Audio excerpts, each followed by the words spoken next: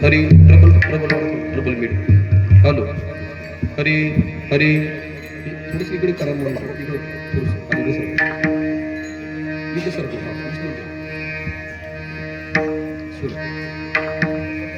हरे रूप पाहता लोचनी रूप पाहता लोचनी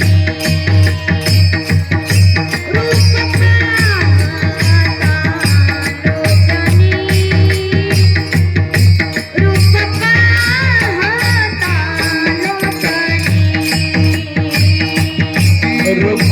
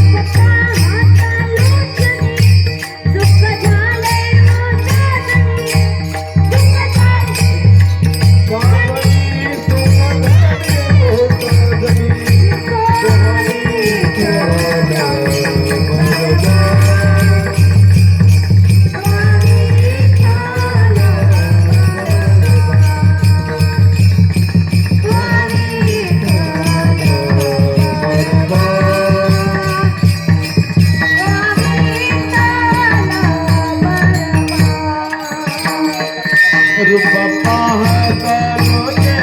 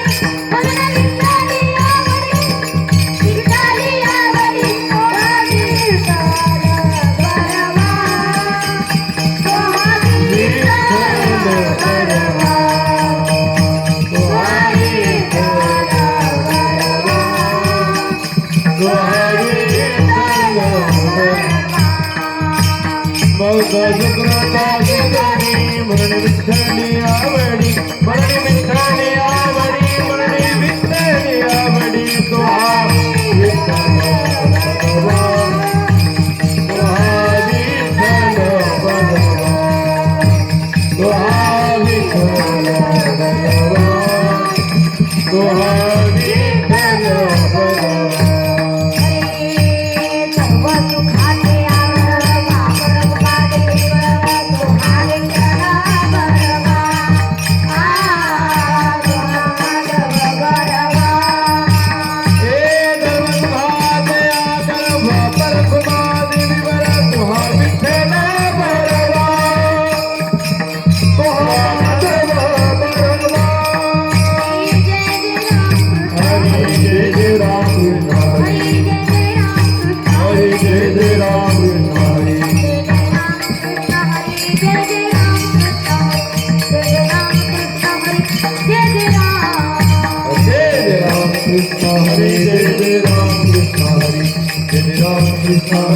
जय राम जय राम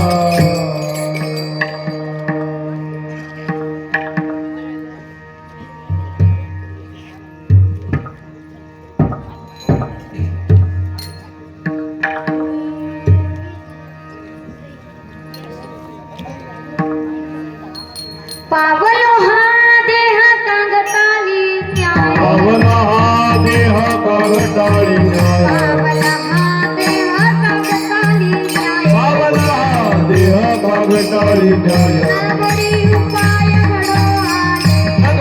उपाय घडो आले नगडे उपाय घडो आले आता माझी खंडी देह देहांतरे खंडी देह देहांतरी आता माझी खंडी देह देहांतरे माझी खंडी देह देहांतरी अभयदातार देवनिया अभयदातार देवनिया अभयदातार देवनिया आंधळ्याचे पायी धनाची सरगी धनाची तरवी आंधळ्याचे पायी धनाची सरगी बाई धनाची तरवी आघटित देवी घडो आले अघडे देवी घडो आली अघडे देवी घडो आली आता माझी खंडी देह देहांतरे अकाली खंडी देह देहांतरी आता माझी खंडी देह देहांतरे खंडी देह देहांतरी अभयदातार देवनिया अभयदातार देवनिया अभयदातार देवनिया मुक्कामने योग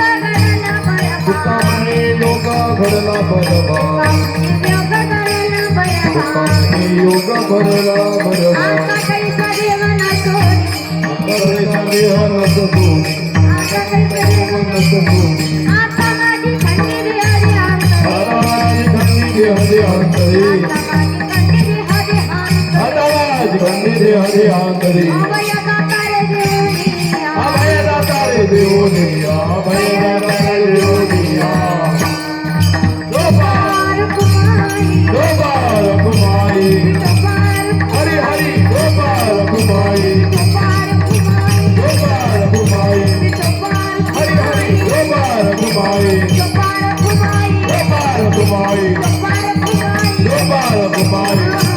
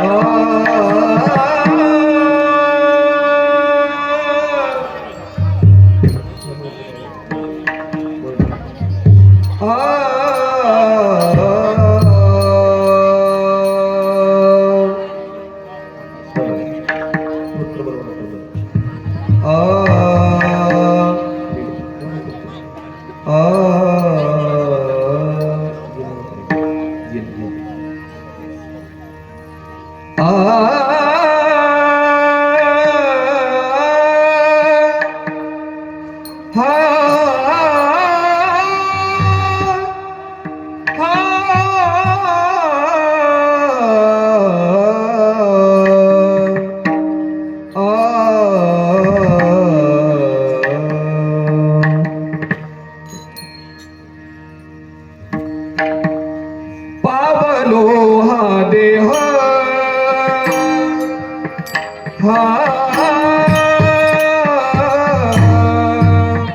पावलो हा देह देह कागटाळी नाय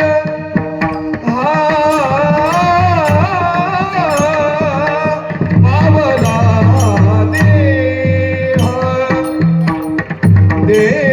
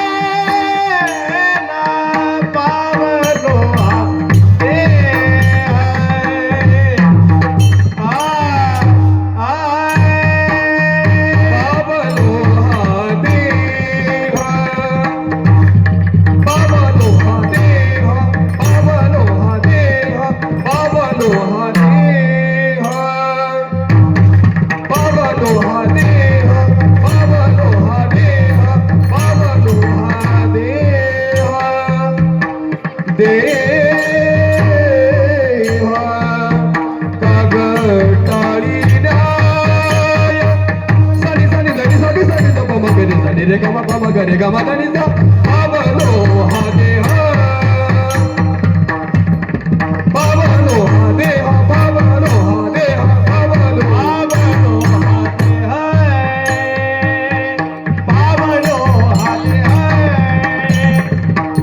पावलो हा देह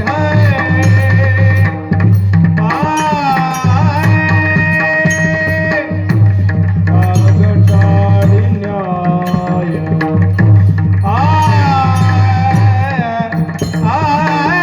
पावलो हा देह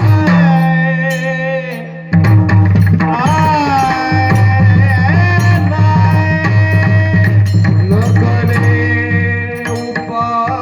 उपाय घडो आले नघडे उपाय नघडे उपाय नघडे उपाय घडो आले नघडे उपाय घडो आले आता माझी थंडी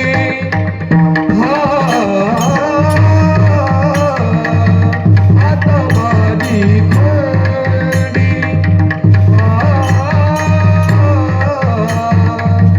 देह देहांतारे सानी दानी सानी सानी द पम गरे द गम दानी द गम दानी द आता माझी थंडी आता माझी थंडी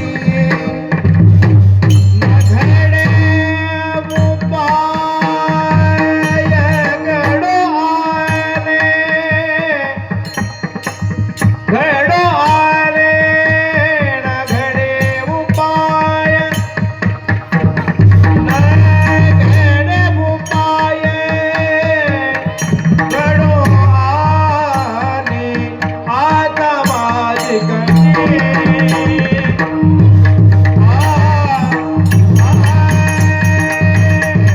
आता माझी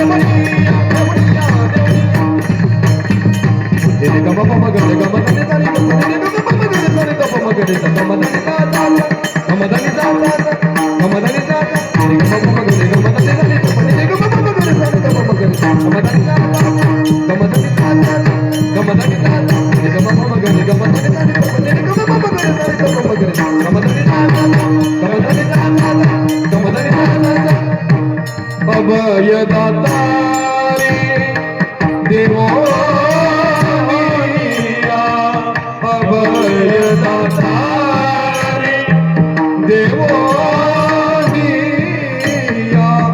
आता माझी घडी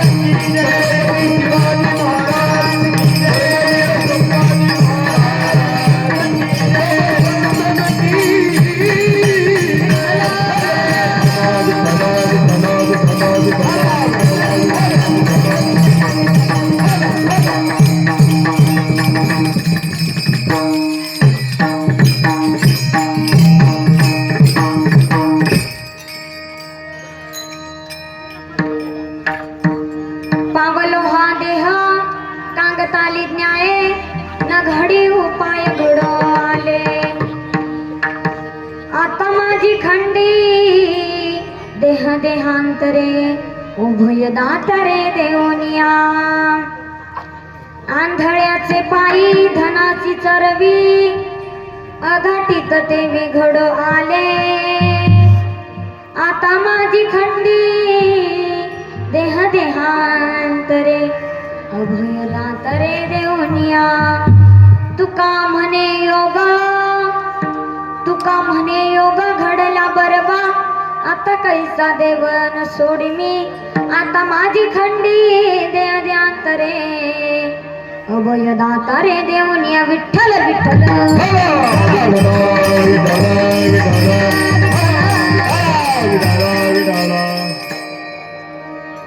महायोग पिटे तटे भीमरत्यं पुरं पुंडलिकाय धातुं मुनीन्द्रे समागत्य तिष्ठं तमानन्दकल्दं परब्रह्मलिङ्गं भजे हरे पांडुरंग गुरु पांडुरंग गुरु पांडुरंग गुरु पांडुरंग गुरु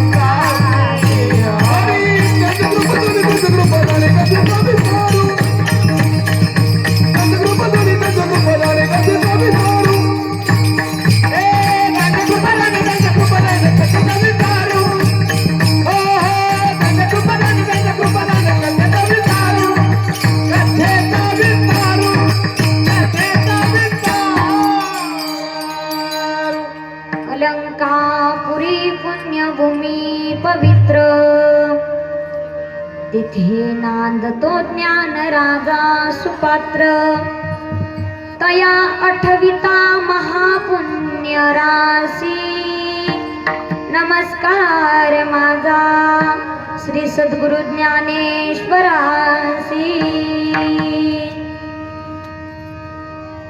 नमो सद्गुरु तुकया ज्ञान दीपा, नमो सद्गुरु सच्चिदानंद रूपा, नमो सद्गुरु भक्त कल्याण मूर्ती, नमो सद्गुरु भास्करा पूर्ण कीर्ती. प्रभू तुम्ही महिषीची मूर्ती आणि विधुवळा अर्चित असे भक्ती, म्हणून या बोला जरी गंगावती, तरी स्वीकाराल की आता हृदया फुले चोफाळून या भले, वरी बैसो पावले श्री गुरूंचे, सेवेलागी सेवक झालो सेवेलागी सेवक झालो सेवेलागी सेवक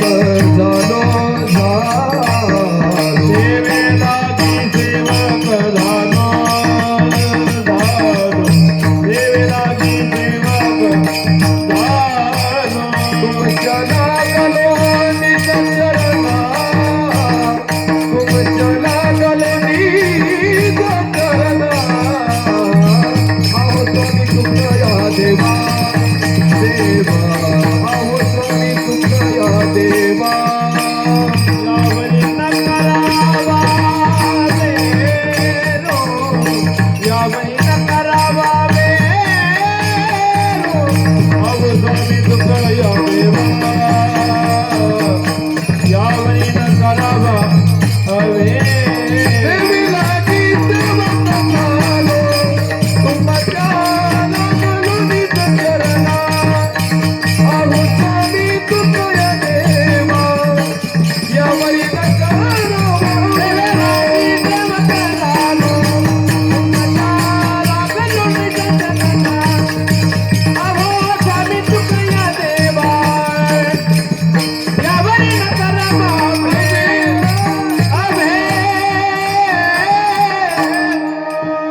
रायगडी मंदिरी बसे माझा राया, चरणासी अर्पितो अजन्म ही काया, जगदीश्वरासी जडली ज्याची ख्याती, प्रथम वंदितोच तुम्हा शिवछत्रपती.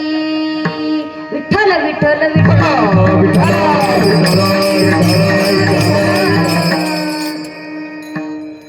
प्रस्तुत आज या ठिकाणी सेवेसाठी निवडलेला अभंग जगतवंदनीय देवनिवासी राष्ट्रसंत देवमान्य संत संतमान्य संत श्री छत्रपती शिवरायांचे आद्य गुरु श्री संत तुकाराम महाराज यांचा उत्कृष्ट असा 4 चरणाचा अभंग आहे. विठ्ठल विठ्ठल.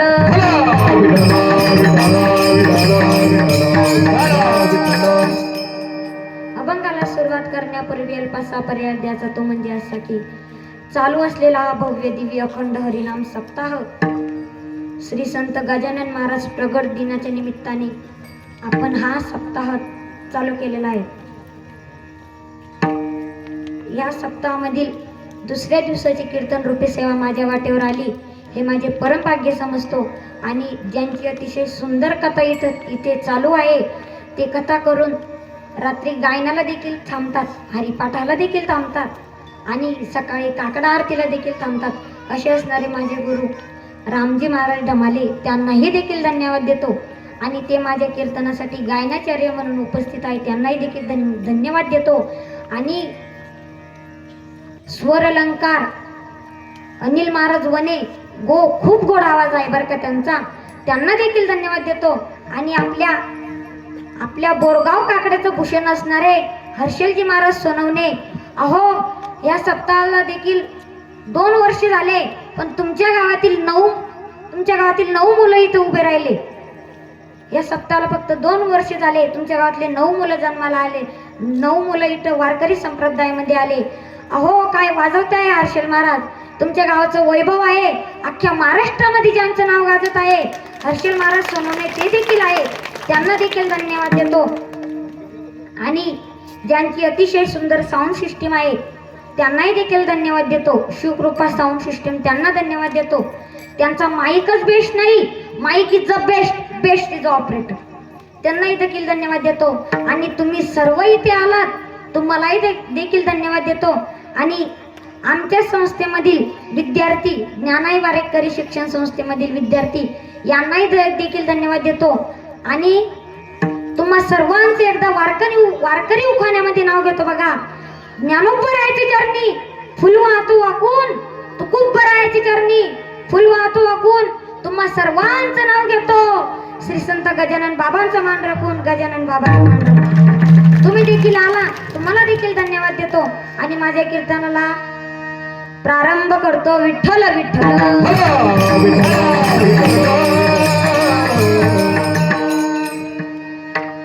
वट्टेवरचे महिला मंडळ इकडे येऊ बसा.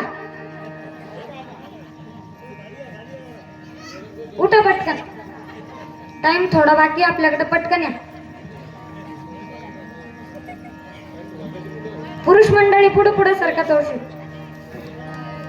ओ तरुण मंडळ पुढे पुढे सरका.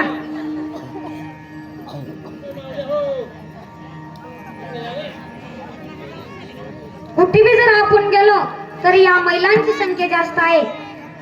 असं वाटतंय पुरुष कमी आहे, महिला जास्त आहे. एकानं 2-2 बायका तरी करून आणल्या. पुढे बी महिलांची संख्या जास्तच आहे बरं का. पुढे पुढे सरकून घ्या तुम्ही, थोडस पुढे पुढे सरकून घ्या. विठ्ठल विठ्ठल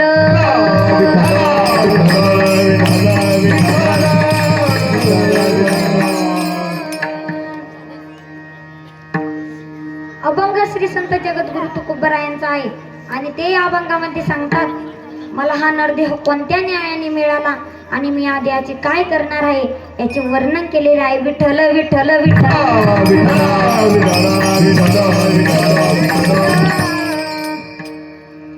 महाराज म्हणतात, नरदेह मिळणे भाग्य मिळाल्यावर परमार्थ जर आपण केला तर मी त्यांचा अंकित होतो. कारण पाप पुण्य समान झाल्यावरच नरदेहाची प्राप्ती होते. ह्या हेतूने मोजून आपण कोणीच कर्मचरण करीत नाही. जो किता पाप पुण्य समान ते नरदेहाची प्राप्ती जाण, ते पहावया पुढती आपण. जो किता कर्मचरण कोणी न करी. कर्माची गती का नाही, माणसाच्या हातून कळत न कळत पाप घडत राहते. असा दुर्लभ असणारा नरदेह मनुष्याला काकतालीन न्यायाने मिळाला आहे. नरदेह दुर्लभ जाना, नरदेह दुर्लभ जाना, नरदेह दुर्लभ जाना, नरदेह दुर्लभ जाना. वर्षाची गणना, शत वर्षाची गणना, शत वर्षाची गणना, शत वर्षाची गणना. दुःख यातना, त्यामध्ये दुःख यातना, त्यामध्ये दुःख यातना, त्यामध्ये दुःख यातना. तुम्ही आठवा मधुसूदना, तुम्ही आठवा मधुसूदना, तुम्ही आठवा मधुसूदना, तुम्ही आठवा मधुसूदना. तुम्ही वसुदेव वसुदेव बना, वसुदेव वसुदेव बना, तुम्ही वसुदेव वसुदेव बना, वसुदेव वसुदेव बना, तुम्ही वसुदेव वसुदेव बना, वसुदेव वसुदेव बना, तुम्ही वसुदेव वसुदेव बना. तुम्हा सर्वांचं मी नाव घेतलं, पण एक आमचे पेटीवाले बाबा आणि विनेकरी राहिले बर का. विनेकरी एवढे सुंदर आहे, ते मला आता आवडले तर पुढे चालून त्यांना किती आवडतील. त्यांनाही देखील धन्यवाद देतो. आणि पेटीवाले बाबा अण्णा त्यांनाही देखील धन्यवाद देतो. आणि कीर्तनाला सुरुवात करतो. विठ्ठल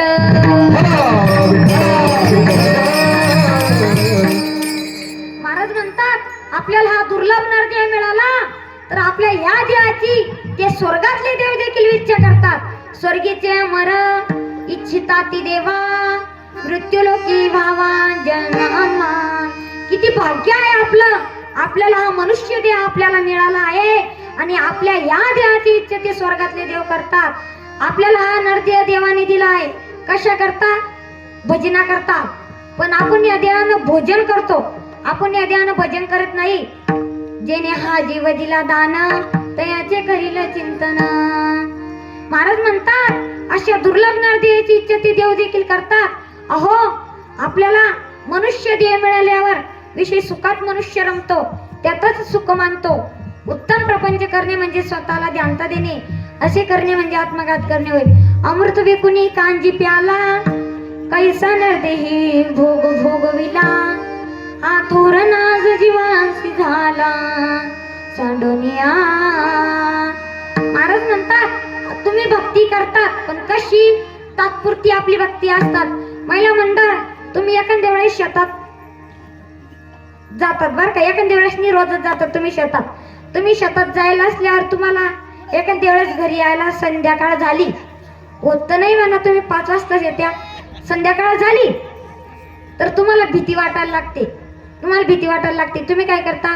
राम राम राम राम राम राम राम राम राम या मंत्राचा जप करत करत तुम्ही रस्त्याने येतात आणि गावाच्या पहिल्या गल्लीवर आल्यावर तुम्ही म्हणतात झालं तो काम.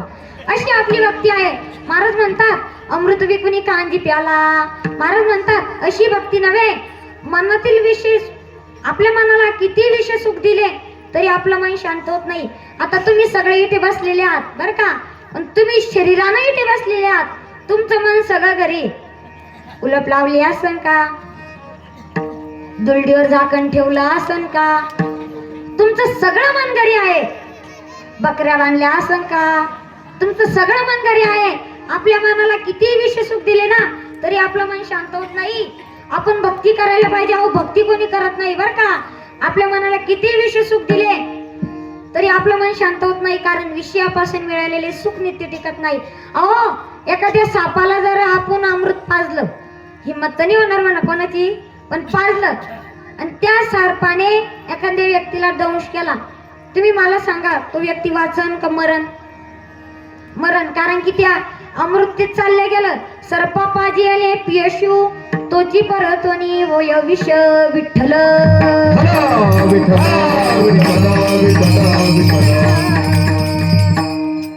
आता जसे तुम्ही गुलाबाचे फुलं बसले आहात ना तसेच बसा, शेवटपर्यंत गुलाबाचीच फुलं राहा, नाही तर सूर्यफुल होऊन जाशान बर का. आपलं कीर्तन चालता बोलताय. संसारातील सुख हा केवळ सुखाचा भास आहे, सुख नाही. सुख देणारा फक्त तो एकच परमात्मा आहे. मग आपण त्याची प्राप्ती का करून घेत नाही हो? अहो संसारामध्ये कोणाला सुख भेटलं? कोणाला सुख भेटलं संस्कारामध्ये? संसारामध्ये ओ कुकू आल्या बाई कोणाला भेटलं? तुम्हाला भेटलं का?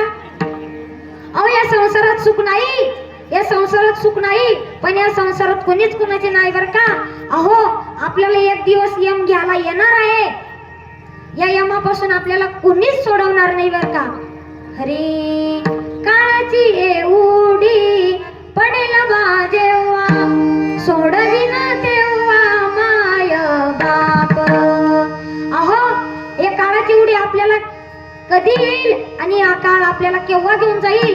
हा काळ आपल्याला आतापासून आपली वाट पाहतोय का? नाही. हा काळ केव्हापासून आपली वाट पाहत आहे? जन्म आले बाळ, जन्म आले बाळ, त्याची वाट पाहे काळ, त्याची वाट पाहे काळ, त्याची वाट पाहे काळ, त्याची वाट पाहे काळ, त्याची वाट पाहे काळ, त्याची वाट पाहे काळ. जन्म आले बाळ, त्याची वाट पाहे काळ, त्याची वाट पाहे काळ, त्याची वाट पाहे काळ. जन्म आले बाळ, त्याची वाट पाहे काळ, त्याची वाट पाहे काळ, त्याची वाट पाहे काळ. या संसारात कोणीच कुणाचे नाही. अहो एक म्हातारा व्यक्ती रोज शेतात जायचा बर का. एक म्हातारा व्यक्ती रोज शेतात जायचा. माझ्याकडे लक्ष द्या. जे येतंय त्यांना येऊ द्या, जे बसतंय त्यांना बसू द्या. तुम्ही म्हणशान महाराज त्याकडे लक्ष द्याला तू काय एवढा ढंगावर आहे? इकडे लक्ष द्या. जे येतंय त्यांच्याकडे नका बघू. एक म्हातारा व्यक्ती रोज शेतात जायचा आणि त्याच्या शेता बाजूला एक छानशी कुटिया होती आणि त्या कुटियामध्ये साधू महात्मे राहायचे. अहो तो म्हातारा व्यक्ती रोज शेतात जायचा आणि घरी यायचा. तो फक्त शेतात जायचा, दूध काढायचा आणि घरी यायचा. तो फक्त शेतात जायचा, दूध काढायचा आणि घरी यायचा. ते साधू महात्मे त्याला रोज बघायचे. साधू महात्म्यांनी विचार केला हा तर रोज येतो, एकलाच येतो, याला मुलं बाळ असन का नसन. त्यांनी त्यांच्या मनातली शंका काढण्यासाठी एक दिवस तो म्हातारा व्यक्ती सकाळी 5 वाजता आला तर महायोगी साधू त्याच्यापाशी गेले आणि म्हणू लागले, का हो म्हणे, तुम्ही तर रोज शेतात येता, मी जोपासून इथं येले तेपासून तुम्ही शेतात येता म्हणे, पण तुम्हाला मुलं बाळा नाही का म्हणे, तुम्ही एकलीच शेतात येता म्हणे. तू म्हातारा व्यक्ती म्हणू लागला, मला मुलं बाळा आहे म्हणे, 3 मुलं आहे म्हणे मला, पण ती 3 बी नोकरीला आहे म्हणे, ते फक्त रविवारच्या रोजी शेतात येता म्हणे. म्हणे तुम्ही कोण म्हणे. त्यांनी त्यांचा परिचय करून दिला.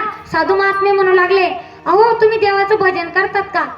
तो म्हातारा व्यक्ती म्हणू लागला, देवाचं भजन तर मला जन्मात माहित नाही, माझ्या आज्या पंजाला बी माहित नव्हतं, पण आमची घरची मंडळी करते म्हणे. पहा त्या म्हाताऱ्या व्यक्तीने काय शब्द वापरला, आमची घरची मंडळी. काही म्हणतात, महाराज ह्यो आपलाच बारदान आहे. बोलायची पद्धत आपल्याला पाहिजे बर का. तो म्हातारा व्यक्ती म्हणू लागला की आपली मंडळी देवाची भक्ती करते म्हणे. साधू महात्मे म्हणू लागले, त्यांनी देवाची भक्ती केली तर त्यांचं पुण्य तुम्हाला नाही येणार, तुम्ही जर देवाची भक्ती केली तुमचं पुण्य त्यांना जाईल म्हणे. अजून तुम्ही देवाची भक्ती केलीच नाही म्हणे. तो म्हातारा व्यक्ती म्हणू लागला, देवाची भक्ती केल्यानं होतं काय. ते साधू महात्मे म्हणू लागले, अरे या संसारामध्ये कोणीच कोणाचे नाही, सगळा हा मायेजाळाचा संसार आहे, ह्या संसारात दुःखच आहे आणि या संसारामध्ये विंगळ देखील आहे. संसार दुःख मुळा चोहीकडे विंगाळ, विश्रांती नाही कोठे, रात्रंदिवस तळमळ, काम क्रोध लोभ शूनी, पाठी लागली योगाई, कवना मी शरण जाऊ, आता दृष्टी देल निर्मळ, धर्म जागो समयांचा. या संसारामध्ये विंगड आहे म्हणे. म्हातारा व्यक्ती म्हणू लागला, म्हणे साधू महात्मे तुम्ही असं का म्हणताय म्हणे. मी जेव्हा 5 वाजता शेतात येतो, 7 वाजता घरी जातो, पण घरी माझ्या बिगर काही चहा उकळत नाही, माझ्या बिगर काही पाण्याला आदन येत नाही म्हणे. साधू महात्मे म्हणाले, हा फक्त तुझ्या घरचा, हा फक्त तुझ्या देखाचा दिखावा आहे, तू एक काम कर. साधू महात्मे त्याला म्हणू लागले, मी तुला एक पद्धत सांगतो. अहो त्या म्हातारी व्यक्तींनी त्या साधू महाराजांकडे योगासन शिकलं बर का. योगासन शिकलं 1 महिना नाही, 1 वर्ष नाही, तर त्यांनी 4 वर्षे योगासन शिकलं. खूप भारी योगासन तो करायचा. आणि झालं असं की तर त्या महात्मे साधूंनी त्याला 4 घंटे श्वास बंद करणं बी शिकवलं योगासनामध्ये बर का. त्याला श्वास बंद करणं शिकवलं. म्हणे आत्ता शिक आपलं योगासन पूर्ण झालं म्हणे. आता इथून पुढची वारी तुझी म्हणे, तुझी आहे म्हणे इथून पुढची वारी. आता लोक माझ्याकडून जेवढं शिकवता आलं मी तेवढं शिकवलं, तुझ्याकडून जेवढं करता आलं तू तेवढं कर. ते साधू महात्मे म्हणाले, ते साधू महात्म्यांनी त्याला सांगून दिलं, तू कसं कसं कर, कसं कसं नाही, मी कसा येईन आणि कसा त्याला उठवीन. तो म्हातारा व्यक्ती घरी गेला. त्या रोजी रविवार होता आणि त्याची 3ही मुलं घरी होते, सुट्टीवर होते. तर तो म्हातारा व्यक्ती सकाळी घरी न येता, शेतात न जाता घरी राहिला आणि ते 3ही मुलं शेतात आले. झालं असं की तो म्हाताऱ्या व्यक्तीला 4 घंटे श्वास बंद करणं येत होतं. किती महिला मंडळ, 4 घंटे श्वास बंद करणं येत होतं बरं का. तर त्याने काय केलं, म्हाताऱ्या व्यक्तीने पहिले उठला, बाहेरून जाऊन आला, एकदा चहा उकळून पिऊन घेतली, बघून घासून घुसून रॅकवर ठेवून दिला, 1 ग्लास पाणी पिलं आणि डबल झोपून राहिला. अहो त्याला 4 घंटे श्वास बंद करणं येत होतं. त्याने 6 वाजेपासून श्वास बंद केला. 6 वाजेपासून श्वास बंद केला. घरातले सगळे मंडळी उठले आणि 3ही सुनांच्या आंघोळ झाल्या. त्या म्हाताऱ्याच्या पत्नीची बी आंघोळ झाली आणि ती म्हाताऱ्याची पत्नी दरवाजेत येऊन बसली. कशासाठी? डोकं विचारासाठी. अहो त्या म्हातारीने डोकं विचारलं आणि मस्त कपाळाला कुंकू लावलं, कपाळ भरून कुंकू लावलं. पूर्वीच्या महिला मंडळ कपाळ भरून कुंकू लावत होत्या, आता तर सौभाग्यवती आणि बिन सौभाग्यवती सारख्याच. त्या म्हातारीने कुंकू लावला आणि मोठ्या सुनाने चहा आणून दिला.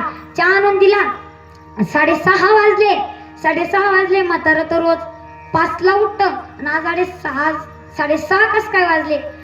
ती म्हातारी पिंट्याला म्हणू लागली, म्हणे पिंट्या पा नाव काय ठेवले पिंट्या. आपल्या मुलीचे नाव काय ठेवायला पाहिजे. अहो एक मुस्लिम समाजाचे महाराज आहे, त्यांनी त्यांच्या मुलीचं नाव काय ठेवले. एका मुलीचं नाव ठेवलं आहे ज्ञानेश्वरी, एका मुलीचं नाव ठेवलं आहे ओवी, एका मुलीचं नाव ठेवलं आहे तुकाराम. अशी आपण नावं ठेवायला पाहिजे. पण आपण अशी नावं नाही ठेवत. आपण नाव ठेवतो गुड्डी, बबली. अहो एका म्हातारीच्या नातीचं नाव काय होतं माहिती का, पप्पी. पप्पी काही नाव आहे का. पप्पी नाव होतं. आणि ती झाली तेंद्रजी बाजार होता आणि ती गेली म्हातारी आपल्या पप्पी संग गेली कुठं बाजार मध्ये. तिला लेकीच्या घरी जायचं होतं. एवढी मोठी पिशवी डोक्यावर, इकून बबली कड्यावर, इकडे हातात पिशवी. तिच्या लेकीला सामान घेऊन चालली होती.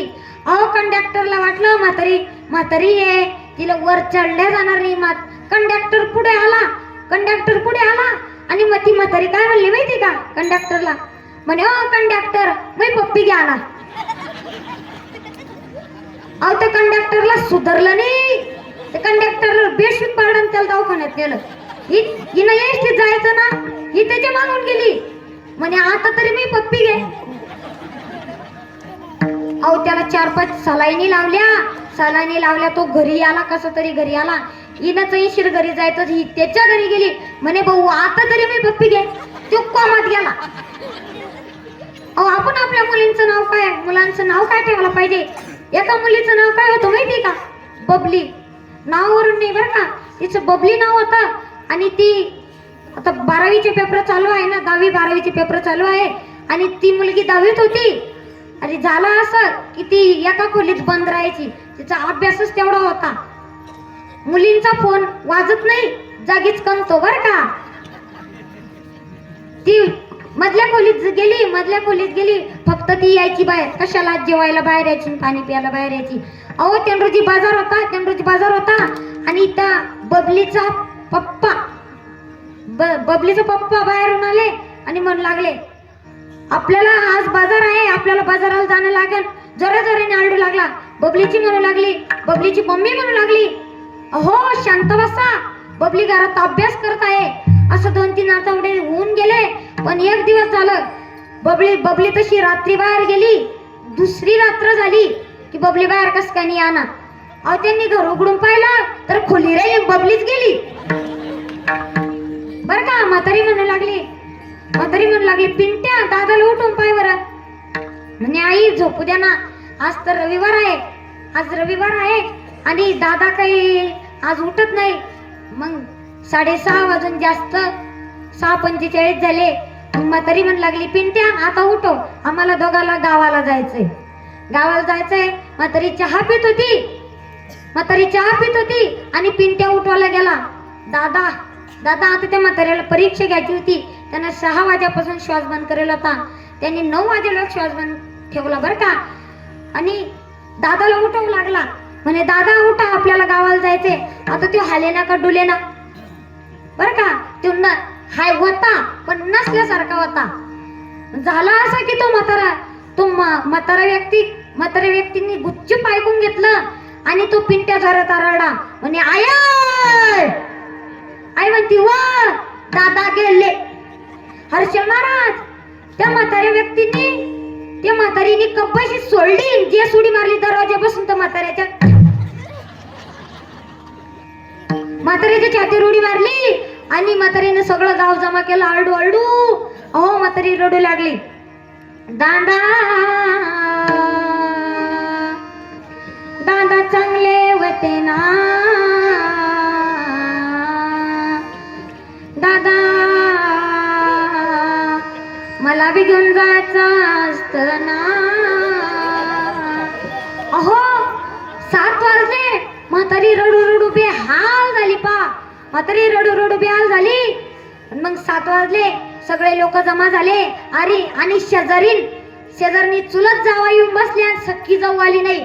पाहते म्हातारीची नजर, हिचा पती वारलाय, हिनं पतीकडे लक्ष द्यावं ना. ही कोण येतं कोण नाही येतं सगळ्याकडे लक्ष ठेवती आणि जोरात रडायला भिडती. दादा सख्य कोणी कोणाची कामा येत नाही ना. अहो ती सख्खी जाऊ दुखून येऊन बसली. अहो खूप लोक जमा झाले. मग सगळे चैनशीर बसले. 7:30 वाजले. सगळे चैनशीर बसले. म्हाताऱ्याची मुलं शेतात जायला होते. ते मुलं आले आणि मग ते बसतात ना हवा मारत. अहो ते हवा मारत बसले आणि म्हाताऱ्याच्या बहिणीला फोन केला. कोणी घरात आलं तेव्हाच रडायचे. म्हातारी म्हणू लागली, वहिनी मला बी निरोप आला ना. आपले दादा सोडून जाऊ शकत नाही ना. अहो 8 वाजले. त्या म्हाताऱ्याला बाहेर नानाला काढलं. म्हातारी सोडेच नाही. म्हाताऱ्याला हातपाय धरून ठेवे आणि गरम एकदम कडक पाणी तापवलं. तो तर जिवंत होता. कडक पाणी तापवलं. एकदम थंड पाणी घेतलं. पहिले थंड पाण्यानं स्नान घातली. थंड पाण्यानं आंघोळ घातली आणि म्हातारी रडू लागली, दादा तुम्ही मला म्हणत होते ना मै पाठ घासून देशील का. अहो पहिले थंड पाणी टाकलं, मग कडक पाणी टाकलं. म्हाताऱ्याला कपडे घातले आणि उचलणारच तर म्हातारी म्हणे मला बी घेऊन चाला दादा. तुमच्या बिगर मी एकली राहू शकत नाही ना. मै सासू म्हणे राजा राणीची जोडी आहे ना. अहो 8:30 वाजले. त्या म्हाताऱ्याला उचलणार. म्हातारा म्हण लागला, तो साधू महात्मा काही मला पेटवल्याशिवाय राहत नाही. तो साधू महात्मा आले. तेवढ्यात आवाज आला, हर हर महादेव. आवाज आला. सगळे शांत झाले. म्हाताऱ्याला उचललं होतं, खाली ठेवलं आणि ते साधू महात्मे कमंडल घेऊन आले हातात आणि म्हणू लागले, कोणीच रडणार नाही. माझ्यापाशी एक औषध आहे. ती म्हातारी त्या साधू महात्म्याला पाहून देखील रडायला लागली. तुमच्यापाशी येत होते ना, तुमच्या दर्शनाला जोडीनं येत वतो ना. अहो ती म्हणू लागली, म्हातारी ते महायोगी साधू म्हणू लागले, शांत बसा, कोणीच रडणार नाही. माझ्यापाशी एक औषध आहे म्हणे. एक तो औषध घेईन, तो मरण हा उठून बसन.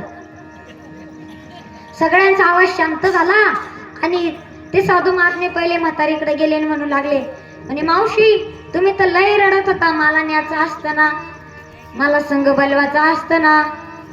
हे औषध घ्या, तुम्ही जाशान आणि हे उठून बसन. म्हातारी म्हणती, नाही बाबाजी, मै नातवंड माय बिगर राहत नाही. सकाळी माय सुनायची फजिती होती.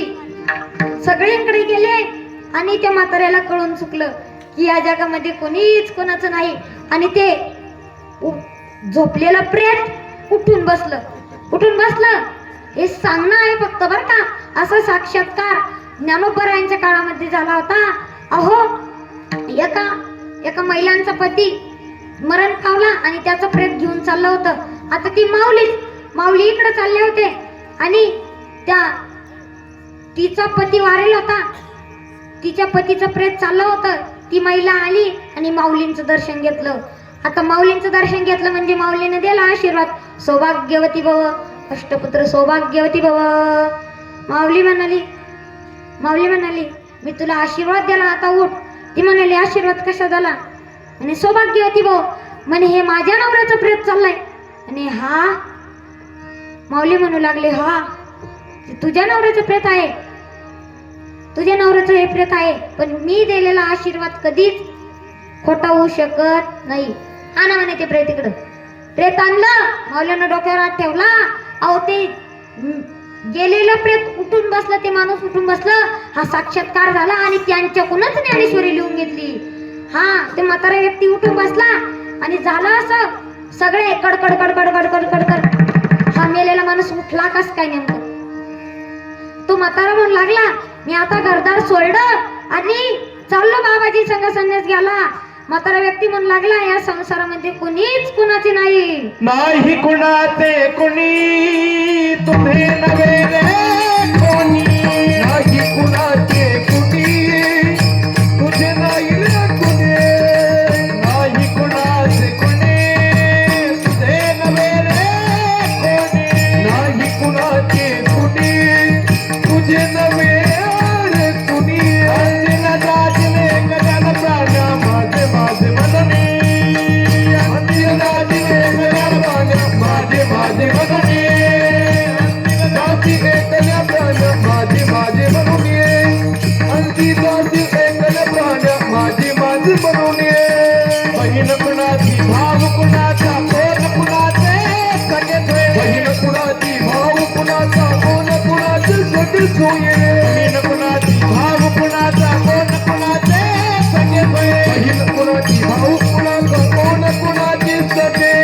मेल्यावरती सर्व राहिले तुझीला धागे सोय मेल्यावरती सर्व राहिले तुझी सर्व धोके रे बायेचा बाजार प्राण बायेचा बाजार बायेचा बाजार राजा बायेचा बाजार नाही कुणाचे कुणी तुझे नव्हे रे कोणी नाही कुणाचे कुणी तुझे नव्हे रे कुणी अंतिम राजले गगन प्राण माझे माझे बनणी अंतिम राजले गगन प्राण माझे माझे बनणी हरी अंतिम राजले गगन प्राण माझे माझे बनणी अंतिम राजले गगन प्राण माझे माझे बनणी टाळ्या वाजवा एन्जॉय करता जोरदार. गोड आवाज आहे बरं का. ह्या संसारात कुणीच कुणाची नाही. या संसारात फक्त सुख देणारा फक्त तो एक परमात्मा आहे. मग आपण त्याची प्राप्ती का करून घेत नाही. हो, एक महिला मंडळ तुम्हाला भजन करायचं सोपं ट्रिक सांगू का. तुम्ही स्वयंपाक करत असताना, भाकरी टाकत असताना रामकृष्ण हरी रामकृष्ण हरी रामकृष्ण हरी या मंत्राचा जर उच्चार तुम्ही केला भाकरी टाकत असताना, तर हे तुमच्या घरातलं जेवण नाही, हा भगवंताचा प्रसाद होऊन तुमचा खाण्यात येईल. एवढी शक्ती या नामस्मरणामध्ये आहे. अहो, एक महिला मंडळ म्हणू लागली तिच्या पतीला म्हणू लागली, हे मेल्यानं माझ्या मागं लावून दिलं, मी काय काय सांभाळू, घर सांभाळू का पोरं सांभाळू का ढोरं सांभाळू. अहो, बाहेर पुरुष मंडळी बसलेले असतात, ते म्हणतात तू काहीच नका सांभाळू, तू फक्त तो तोंड सांभाळ, बाकीचं सगळं मी सांभाळून घेतो. भजन कीर्तन आपण केलेलं पाहिजे. भजन कीर्तन आपण केलं पाहिजे. परमात्मा प्राप्तीसाठी नरदेह असला तरी मनुष्य जन्म मरणाच्या पेऱ्यात सापडतो. कारण अनेक जन्माचे संस्कार मनावर झाल्यामुळे तेच मनुष्य करून विषयाची हानी करतो, त्याला विषय गोड वाटतात. अहो, आपण आपल्या मुलांना संस्कार द्यायला पाहिजे बरं का. हे मुलं संस्कार देण्याकरता टाकलेले आहे, मी बी संस्कार देण्याकरता टाकलेलो आहे. मुलं सांभाळणे एवढे सोपे नाही. आपण आपल्या मुलांना संस्कार द्यायला पाहिजे. अहो, संस्कार दिले जिजाऊ साहेबांनी छत्रपती शिवरायांना संस्कार दिले. अहो, संस्कार दिले कोणी? प्रभू श्रीरामांना संस्कार दिले. अहो, आपण कौशल्या मातेचं कौतुक करू शकतो, परंतु पुरातन वाहून नेणाऱ्या आपण यशोदा मातेचं कौतुक करू शकतो, पण पुरातन वाहून नेणाऱ्या नंद बाबाला आपण विसरू काय शकतो. अहो, संस्कार आपण आपल्या मुलांना द्यायला पाहिजे.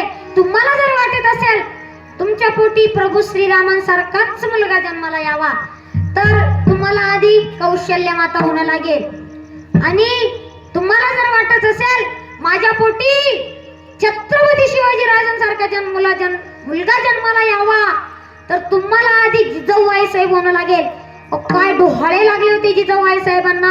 मला घोड्यावर बसा वाटतंय, हातात तलवार घ्यावीशी वाटतेय आणि या पापांचा सर्व नाश करावा वाटतोय, असे डोहाळे जिजाऊ साहेबांना होते. ते जर तुम्हाला लागले तर आपल्या तुम्हाला नाही लागत तसे डोहाळे. तुम्हाला कसे लागतात? आंबट चिंबट का वाटत, आंबट चिंबटचे डोळे तुम्हाला लागतात. मुलांना आपण संस्कार द्यायला पाहिजे. नवल काळ सर्पाचा पडी पाडू, विषय प्रिय विषय गेले गोडू, गोड परमार्था झाला कडू, गेला गोडूजी विभावे विठ्ठल विठ्ठल.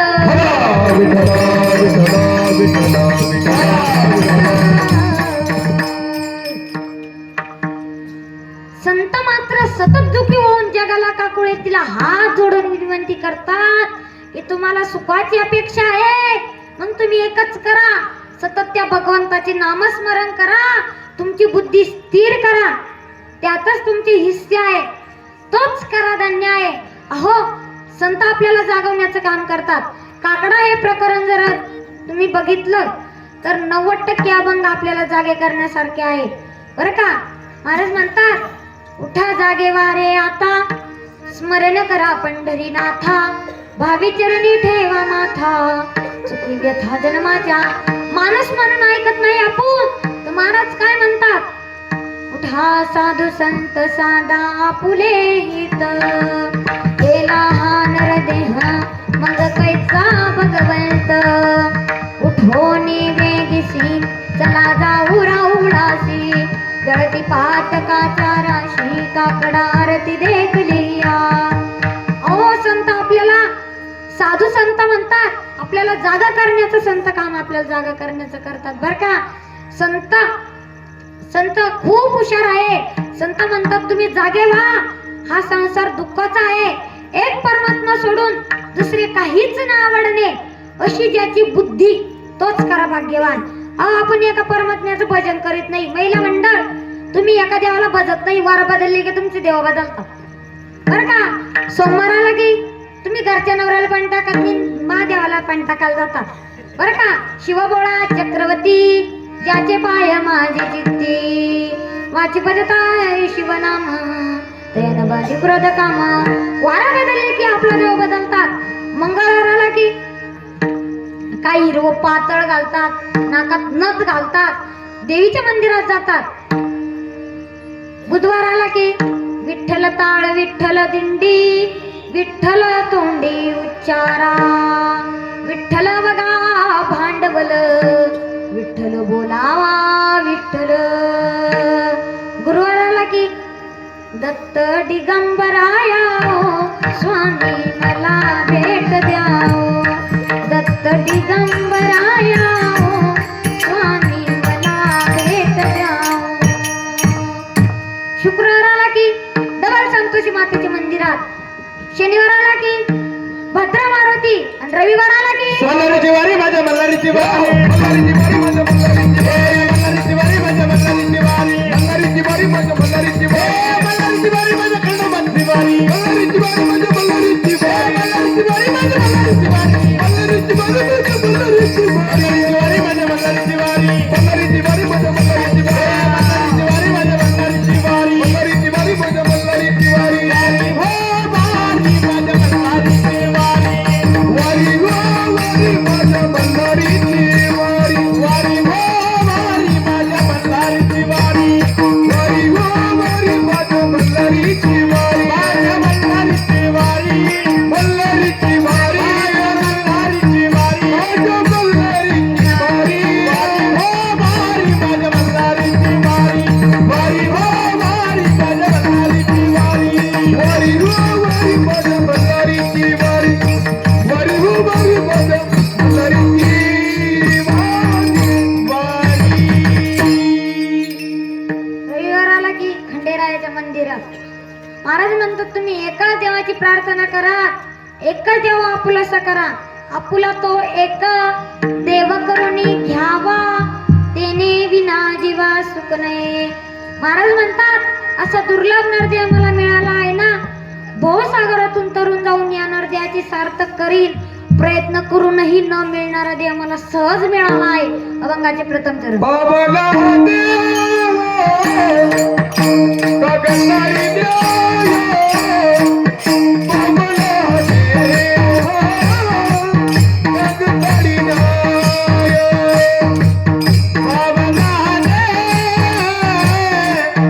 गगनाई देव, बाबाला देव गगनाई देव, बाबाला देव गगनाई देव, बाबाला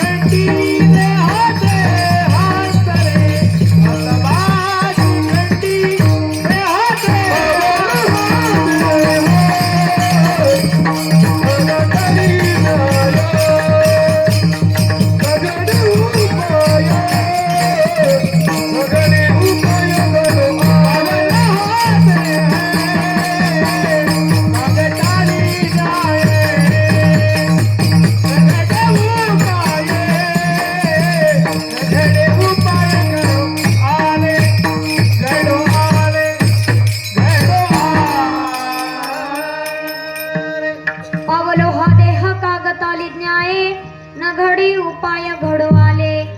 महाराज म्हणतात मला हा नरदेह कोणत्या न्यायाने मिळाला आहे. महाराज म्हणतात प्रयत्न करूनही न मिळणारा देह मला सहज मिळाला आहे. जन्म भगवंताचं भजन करण्याकरता या आपल्याला हा मनुष्य देह मिळाला आहे. या देहासारखं दुसरं साधन नाही. भगवंत भक्ती फक्त याच देहाच्या माध्यमातून करता येते. तुम्ही कधी बघितलं का हो? 10-12 म्हशी गोळा झाल्या, एकत्रित गोळा झाल्या, ज्ञानोबा तुकाराम करत पंढरपूरला निघाल्या. बघितलं का तुम्ही? ज्या कीर्तनाला कोण येत नसतं म्हशी आहे ना. लक्ष द्या इकडे, कीर्तनाला कोण येत नसतं म्हशी. आणि ज्या कीर्तनाला येत नाही त्या कोण आहे मग? तुम्हीच म्हणलं उमे आली म्हणलं. महाराज म्हणतात ह्या नरदेहाशिवाय दुसरे साधन नाही. म्हणून ह्या देहाची इच्छा इंद्राकी देव देखील करतात. इहलोकीचा हा देह देव इच्छिता ती पाहे. विठ्ठल विठ्ठल विठ्ठल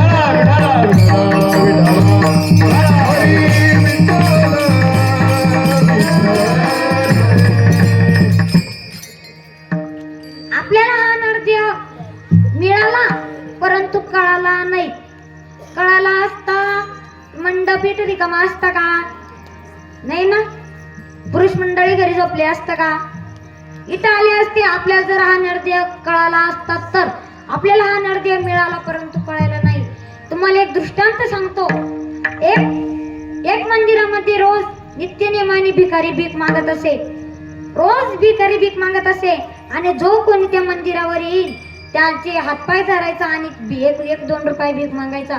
एक वेळेस त्या मंदिरामध्ये खूप मोठे जपी साधू संत आले. साधू संत त्या मंदिरामध्ये आले आणि त्या भिकाऱ्याने ते साधू संतांचे पाय धरले. आंधळ्या पागळ्याला एक दोन पैसा दरबार पाय धरले आणि म्हणू लागला 1-2 रुपये का वानत द्या. त्या महायोगी साधूला भिकाऱ्याची दुर्दशा पाहावा नाही गेली आणि परीस धातू काढा आणि ते भिकाऱ्यापाशी दिला. भिकाऱ्याला म्हणू लागला माझ्याकडे पैसे नाही. हा काही परीस धातू ते भिकाऱ्याला देखील माहित नव्हतं का तो काय आहे म्हणून. परीस धातूचं असं सामर्थ्य आहे पुरुष मंडळ. तो जर आपण लाकडाला लावला तर त्याचं सोनं होतं. नाही ना. हुशार आहे तो. जर आपण लोखंडाला परीस धातू जर आपण लोखंडाला घर्षण केलं तर त्या लोखंडाचं सोनं होईल असं सामर्थ्य त्या परीस धातूमध्ये आहे. आणि तो परीस धातू घेतला भिकाऱ्याने आणि घरी पळत गेला. पत्नीला म्हणू लागला अगं हे बघ आमच्या मंदिरामध्ये खूप मोठी जपी साधू संत आले. त्यांनी मला ही भेट म्हणून वस्तू दिली आहे. त्या पत्नीला देखील माहित नव्हतं की हे काय आहे म्हणून. तिने तो परीस धातू धरला आणि देवघरात ठेवला. देवघर कायचं? लाकडाचं.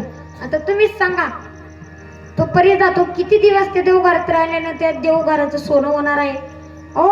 एक दिवस मग त्या साधूच्या लक्षात आलं की आपण एका भिकाऱ्याला परीस धातू दिला होता आणि त्या भिकाऱ्याने तो परीस धातू वापरला असेल. त्याच्या घरी नौकर असेल, गाड्या असेल, बंगला असेल. डबल ते साधू संत मंदिरामध्ये येतात आणि तो भिकारी डबल पाय धरतो. आंधळ्या पांगळ्याला एक दोन पैसा दरबार आशीर्वाद लागेल तुमच्या. साधू म्हणाले थांब आम्हाला मुलं बाळ नाही. त्याला उभं केलं हर्षल महाराज. सनकन कानाखाली दिल्या आणि तो भिकारा व्यक्ती म्हणू लागला साधू महात्मे तुम्ही मला मारलं. म्हणे हो मारलं. म्हणे का बर? तू भीक मागतोय. म्हणे हा माझ्या वाडवडिलांची निराशी का देवा ही माझ्या वडिलांची प्रथा आहे. ते साधू म्हणाले तर मला माहित आहे तुझ्या वडिलांची प्रथा आहे. काही दिवसापूर्वी तुला आठवतं का बघ मी तुला एक वस्तू दिली होती भेट म्हणून परीस धातू दिला होता. तो भिकारी व्यक्ती म्हणू लागला साधू बाबा तुम्हाला आठवत नाही मी त्याची रोज पूजा करतो. दृष्टांत इथेच वजा करा. मला सांगा ते भिकाऱ्याला तो परीस धातू कळाला का मिळाला? मिळाला पण कळाला नाही. तसंच आपला हा नरदेह आहे. आपल्याला हा नरदेह मिळाला परंतु कळाला नाही. अहो देवाचं नामस्मरण आपण केलं पाहिजे. सुख आहे त्या देवाच्या नामस्मरणामध्ये. अहो एक व्यक्ती लग्नाला 20 वर्ष झाले, 20 वर्ष पूर्ण झाले आणि तो लग्नाला गेला नाही. म्हणजे कीर्तनाला सत्संगाला तो गेला नाही. आणि झालं असं 20व्या वर्षी अॅनिव्हर्सरी होती, त्या दोघा नवरा बायकोची अॅनिव्हर्सरी होती आणि त्यांनी खूप मोठी अॅनिव्हर्सरी साजरी केली. त्याच्या दुसऱ्या दिवशी त्यांच्या गावात सप्ताह बसला आणि ऐकून ऐकून ऐकून सांगून सांगून सांगून त्या पत्नीने आपल्या पतीला मंदिरात धाडलं आणि सांगितलं, तुम्ही आज घरी येसान तर कीर्तन ऐकून या, नाही तर अजिबात घरात पाय ठेवायचा नाही. आजचे पुरुष मंडळ ऐकतं बरं का, महिलांचे बरं का ऐकतात. आणि तो कीर्तनाला गेला गेला झोपून राहिला. त्याने फक्त एवढं ऐकलं, काय बाईच्या अंगात किती नखरे असतात? 36. त्याने एवढं ऐकलं, बाईच्या अंगात 36 नखरे असतात. त्याला समाधी लागली. कीर्तन संपलं. चटाया उचलणाऱ्याने त्याला उठवलं, सांगितलं म्हणे उठा, कीर्तन संपलं. त्यांनी तेवढंच ऐकलं, काय बाईच्या अंगात 36 नखरे असतात. तेवढं ऐकलं. तो मनात विचार करू लागला, हिच्या अंगात 36 नखरे, हिनं अजून एक बी दाखवला नाही, नेमकं कारण काय? हा घरी गेला आणि तिला उठवलं. भर रात्री 12 वाजता तिला उठवलं आणि म्हणू लागलं तिला, अगं उठ, आजच्या महाराजांनी सांगितलं की बाईच्या अंगात 36 नखरे असतात. बाईच्या अंगात 36 नखरे असतात, तू तर मला एक बी दाखवला नाही. ती म्हणाली मी सकाळी दाखवीन. तो सकाळी डबल तिच्या मागे गेला स्वयंपाक घर त्याला आणि म्हणू लागला, अगं दाखव मला पटकन 36 नखरे दाखव. 36 नको दाखव, पण त्याच्यातला एक तरी दाखव. अहो असं 6 महिने त्याने बुळबुळ लावून ठेवली आणि इकून तिकून जांभळून त्या बाईला त्या महाराजाचा नंबर भेटला. त्या बाईने ते महाराजला फोन लावला, म्हणे याच्यासाठी इथे येता का, त्याच्यासाठी इथे येता का? तुम्ही आमच्या घरच्या बुवाला काय सांगितलं की बाईच्या अंगात 36 नखरे असतात. लय कंटाळून ठेवलंय म्हणे मला. मग त्या महाराजांनी सांगितलं, बाई तू असं कर. ती म्हणाली, हो महाराज, मी असंच करेल. कडक उन्हाळा चालू होता. भर उन्हाळ्यामध्ये त्यांची मक्का काढलेली होती आणि डबल त्यांनी मक्का लावलेली होती आणि तो व्यक्ती तास घेत होता. जवळच त्यांची हिर होती. ते दोघंही शेतात गेले आणि त्या महिलेनं गुच्चूप नंदी हिरतून एक एवढी मोठी माशी काढली आणि फटकीवर टाकली आणि म्हणू लागली, अहो इकडे या, पळा. तो पळत आला आणि म्हणू लागला, काय झालं? म्हणे माशी पकडून आली. तो म्हणाला, आत्ता तर नागरलं, भर ऊन चालू आहे, जमिनीला भेगा पडला आणि माशी आली कुठून? म्हणे जाऊ दे, जिथून आली असन तिथून आली असन. ती म्हणू लागली, हिरीत फेकू का मी? तो म्हणतो, हिरीत फेकायची नाही, तर ती आलीच ना, देवाने प्रसाद धाडला असं. ती आलीच ना, आता संध्याकाळी मस्त माशीची भाजी बनव. तर लय तोंडाला पाणी आलं बरं का, माझ्या नाही त्याच्या. लय तोंडाला पाणी आलं म्हणे. आणि तो पुढे गेला. हिनं ती माशी गुपचूप पिशीत घातली आणि दोघंही घरी गेले. ते पिशीत घातली, दोघंही घरी गेले आणि ती म्हण लागली, आता मी भाजी करणार नाही, कारण मला मक्का लवलो खूप माझे हातपाय दुखत आहे. हातपाय लय दुखत आहे. सुख नाही बरं का, सुख कुठेच नाही. आता गायनाचार्यांना वाटतं मृदुंग वादकांना काय सुख आहे, ते खाली बसेल राहतात, ओरडाचं काम नाही. आताही मृदुंगचार्य आहे, त्याचं लग्न झालेलं नाही बरं का, होईल, त्याचं वय नाही अजून. त्याचं लग्न झाल्यावर ते मृदुंग वाजवून घरी जाईल आणि त्यांच्या पत्नीला म्हणन, अगं माझं आज लय भारी महाराज होता आणि वाजव हात बोट लय दुखू राहिले, तेल लावून मालिश करून देते का? ती मालिश करून देईन. आणि हे जर घरी गेले आणि त्यांच्या ताईला म्हणू लागले, अगं आज लय भारी महाराज होता, त्याने आरडू आमचा नरडा दुखावून टाकला, मग नरडा दाबून देते का? दाबून का कर? तो घरी गेला. दोघंही घरी गेले. झालं असं, ती म्हणू लागली, आता मी सकाळी करीन तुम्हाला मेथीची भाजी तुम्हाला सकाळी करीन. आणि तिने बटाट्याची भाजी केली आणि दुसऱ्या दिवशी ज्या दिवशी माशीची भाजी करणार होती त्या दिवशी नेमकीच गावाचा बाजार होता. घरापुढे लोक जमले. तिने सकाळी काय केलं, कारल्याची भाजी केली आणि पुढे ठेवली त्याच्या. तो आला ना संतापून, संतापून आला आणि तिला घेतलं येशी खाली घेतलं, लय हाणलं, सगळे लोक जमा झाले आणि ती म्हणू लागली, अहो गाववाल्यानो बघा ना हा मला किती मारतोय मला. तसं म्हणतात गावातले लोक त्याला विचारू लागले, म्हणे का रे हिला कोण मारला? म्हणे आम्हाला काल पट्टीत माशी सापडली होती म्हणे, तिची भाजी तिने मला करून दिली नाही.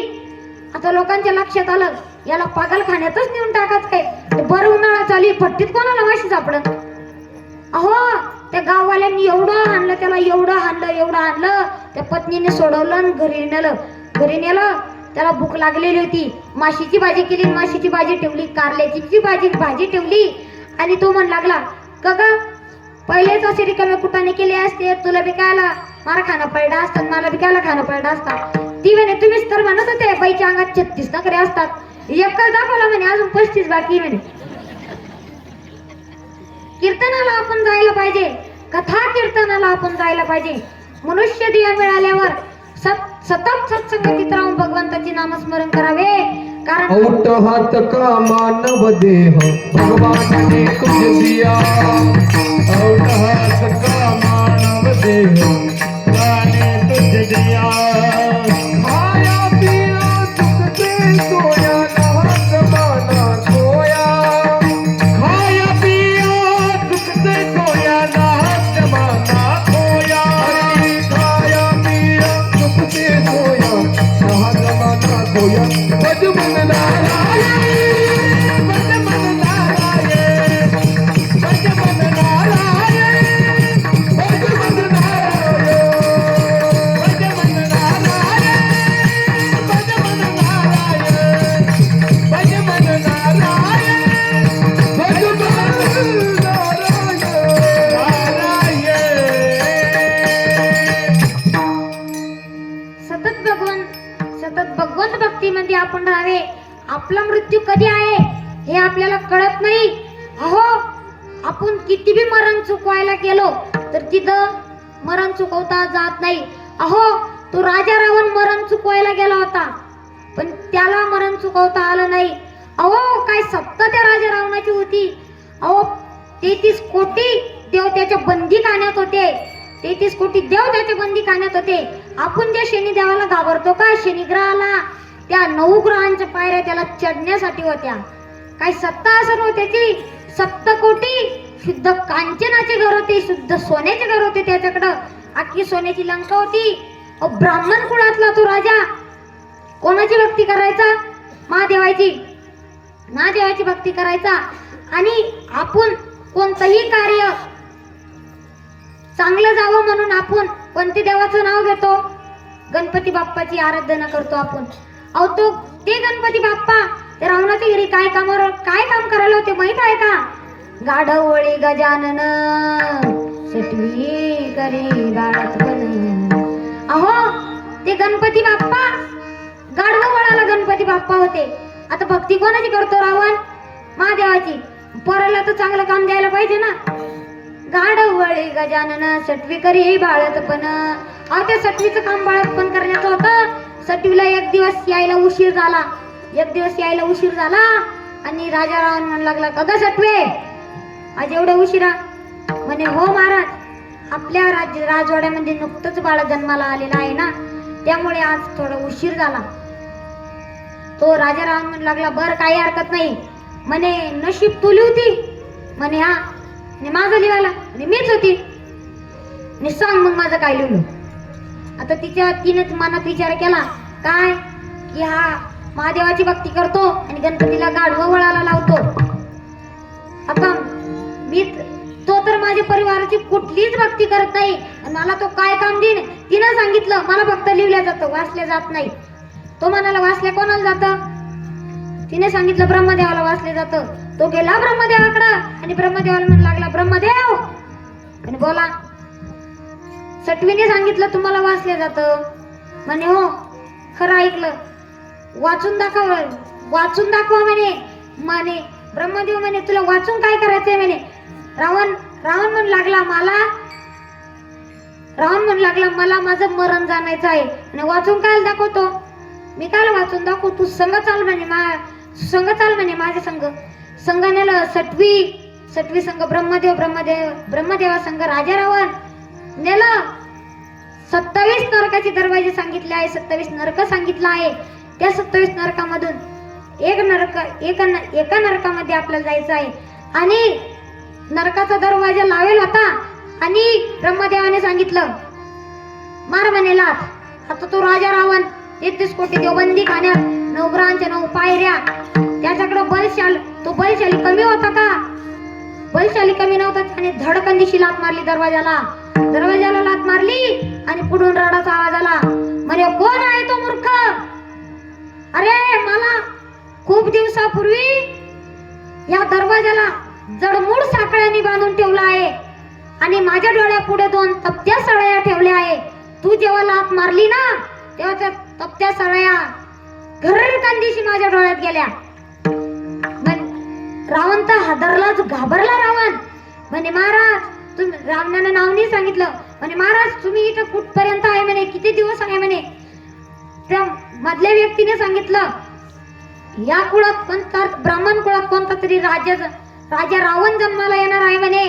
तो मेला त्याला इथं आणून बांधायचं आणि मला सोडून द्यायचं. राजा रावणानं तुकाराम महाराजचा गाथा उचलला.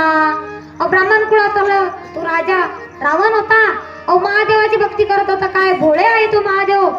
एक वेळेस पार्वती मातेने विचार केला म्हणजे सगळ्या देवाला घर आहे, ब्रह्मदेवाला घर आहे, विष्णुदेवाला घर आहे, आपण डोंगरात का राहतो, भूतावेताळामध्ये का राहतो.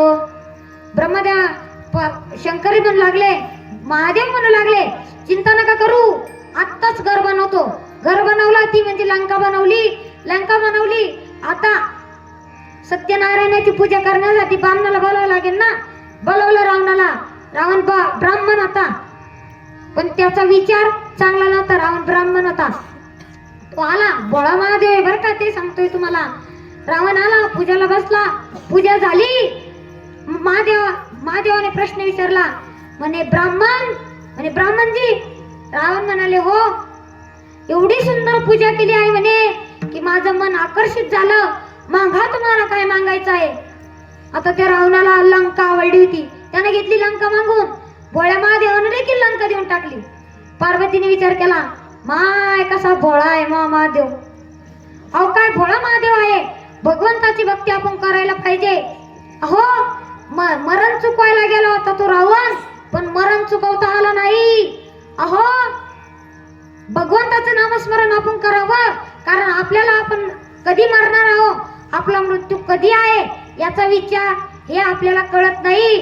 म्हणून सच्चिदानंद पदवी देणे अत्यंत महत्वाचे आहे. देहाचं सार्थक केलं कोणी? तू श्री संत तुकाराम महाराजांनी देहाचं सार्थक केलं देहाचं कोणी? ज्ञानोबरायांनी देहाचं सार्थक केलं. अहो आयुष्याच्या या साधने सच्चिदानंद पदवी घेणे. विठ्ठल विठ्ठल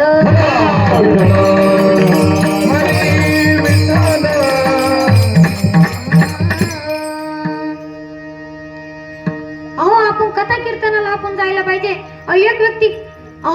एक व्यक्ती कीर्तनाला जायचंच नाही. त्याच्या पत्नीनं बळजबरी पाठवलं. तो गेला. त्यांनी कीर्तनाला गेला आणि माझं तिथं कीर्तन होतं आणि मला त्यांनी बोलवलं होतं. आधीच बोलवलं होतं आणि रोज मी कीर्तनाला जायचं ना. पण सगळे यायचे, मी ज्याच्या घरी मुक्कामी होतो ते कीर्तनाला येत नव्हते. त्यांची मंडळी यायची पण ते कीर्तनाला येत नव्हते. झालं असं की सप्त्याचा आला शेवटचा दिवस. मी त्यांना विचारलं, म्हणलं का ग वहिनी तुमचे घरचे पती काय येत नाही? त्यांनी सांगितलं महाराज ते येतच नाही म्हणे. मी सांगितलं की ते जर आज कीर्तनाला आले नाही तर या वर्षीपासून तुमच्या घरी येणं बंद. तर तो कीर्तनाला आला. कीर्तनाला त्याला समाधी लागली की तो कीर्तनाला आला. माझंच कीर्तन होतं आणि कीर्तनाला आला. मी त्याला म्हणू लागलो आले का वामनराव? बरं या.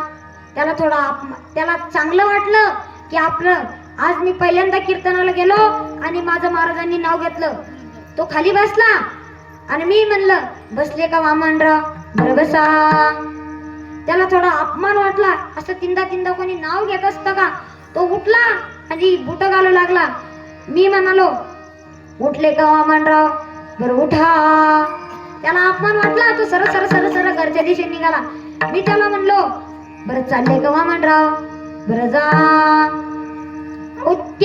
त्या दिवशी त्याच्या गावात आले नेमकी चोर.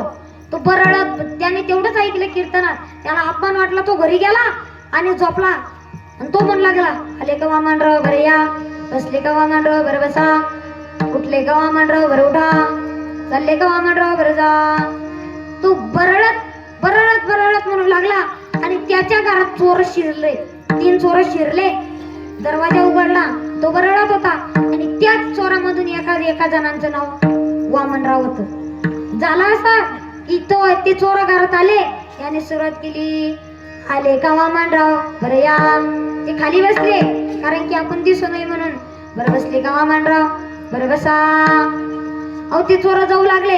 बरं चालले का वामनराव, बरं जा.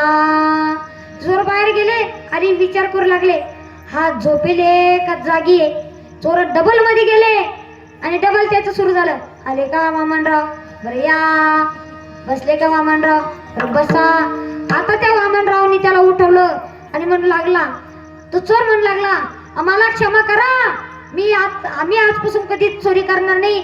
1-2 लाख कीर्तनाची चोरी करेल होते. ते चोरी करेल कीर्तनाची चोरी करेल होते. ते दुसऱ्यांच्या घरातून चोरी करेल होते. आणि त्या वामनरावांना ते सगळे पैसे देऊन टाकले आणि ते चोर चालले गेले. आता यांनी विचार केला, मी फक्त 1च दिवस कीर्तनाला गेलो आणि 2 लाख आले. आमची घरची मंडळी तर दरवर्षी 7 दिवस जाती. हिच्याकडे केवढे पैसे असेल. हा उठला आणि तिच्याकडे गेला भर रात्री. आणि अगं उठ, सगळे पैसे माझ्या दे.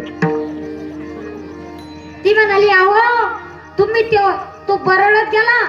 ती म्हणाली, अहो तुम्ही बरळत होते ना, देवाने त्याचं फळ दिलं. 1च दिवस तुम्ही कीर्तनाला गेला तर तुम्हाला 2 लाख रुपये दिले. तुम्ही जरा 7 दिवस गेला, तुम्हाला किती देईल. तर तो व्यक्ती दरवर्षी कीर्तनाला यायचा. भगवंताचे नामस्मरण आपण करायला पाहिजे. विठ्ठल विठ्ठल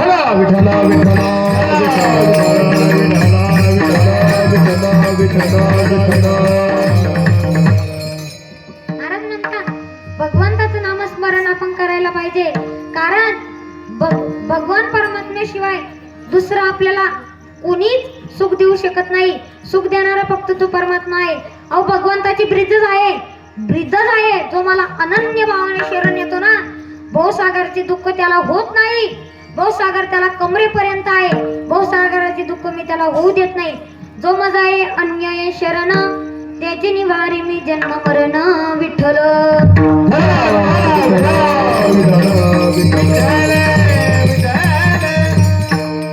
महाराज म्हणतात, जो भगवंताला अनन्य भावाने शरण जातो ना, भवसागरात त्याला दुःख नाही. अहो अमृताच्या सागरात सहज पडले आणि 2 जरा घट्ट मिटून धरले. एखाद्या तहान तळ्याची अपेक्षा करणे योग्य आहे का हो.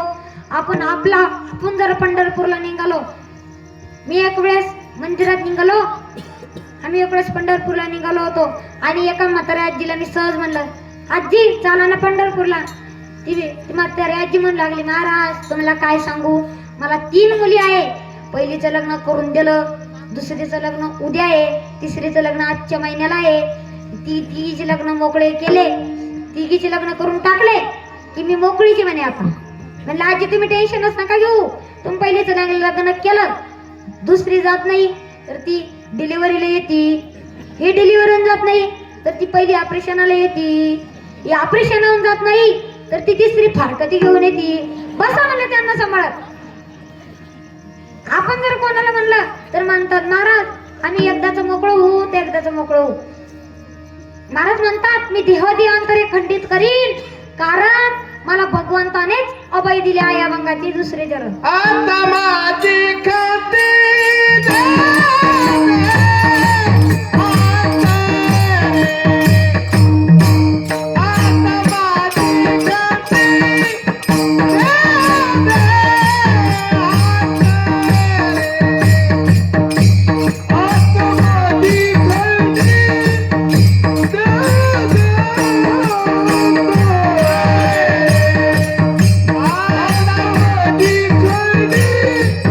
देव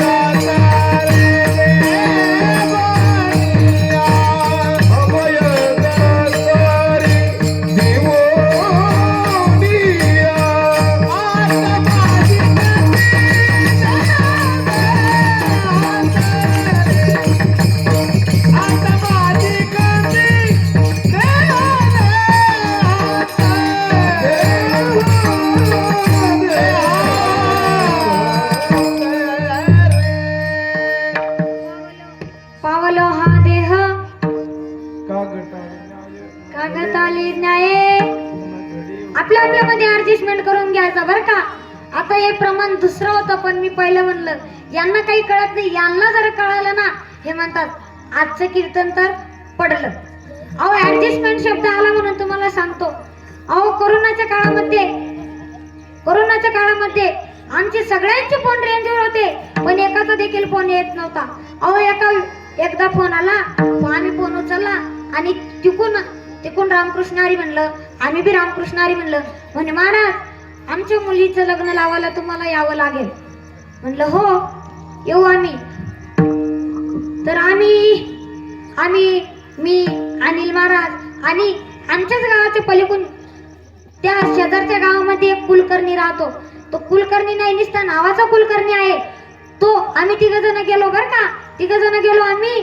आणि झालं असं, आम्ही तिथं गाडीच्या खाली उतरत नाही, तर आम्हाला बघता ते लोक नाचायला लागले.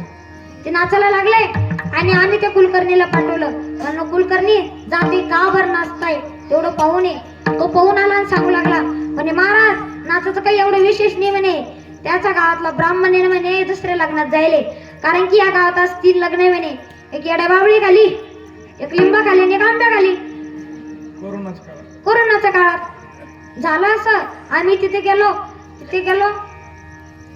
आणि खूप लोक जमा झाले. 1-2 पडदे टाकले होते मंडपाचे. लोक जमा झाले आणि नवरीचं आगमन झालं. अहो त्या करोल्या एवढ्या सजल होत्या, तुम्हाला काय सांगा. त्यांची ओठ तर दिशे नाही एवढा सजल होत्या त्या करोल्या. झालं असं, नवरीचं आगमन झालं आणि स्टेजवर गाणं लागलं बरं का.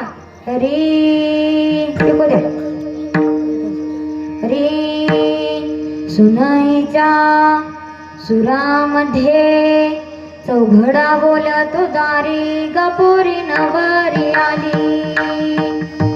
गोऱ्या गालावरी चढलीला जाती लाली, गपोरी नवरी आली. नवऱ्या मुलाची आली हळदई होली लावा नवरीच्या गाली.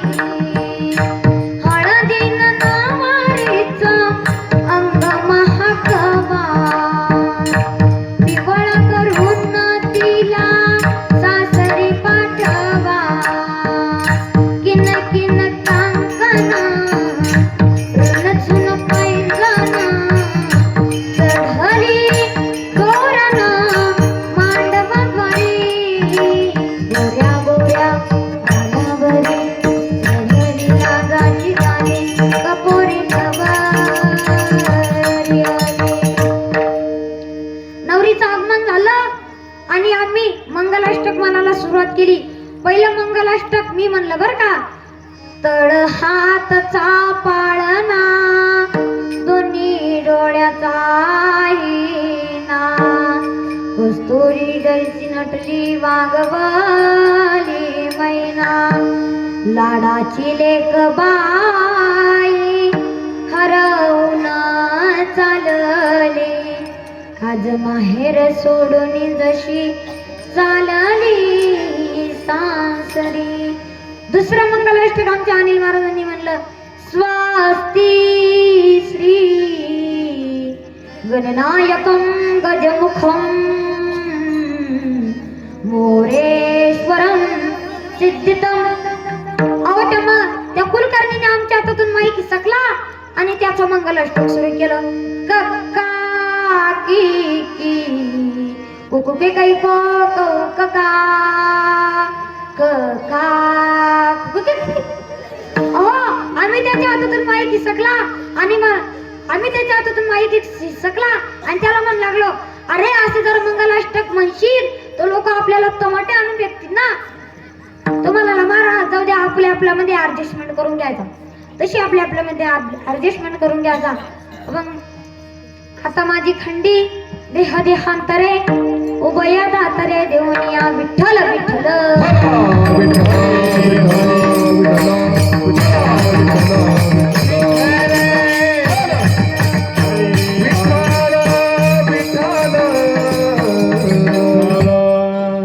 महाराज म्हणतात भगवताचं नामस्मरण आपण करायला पाहिजे.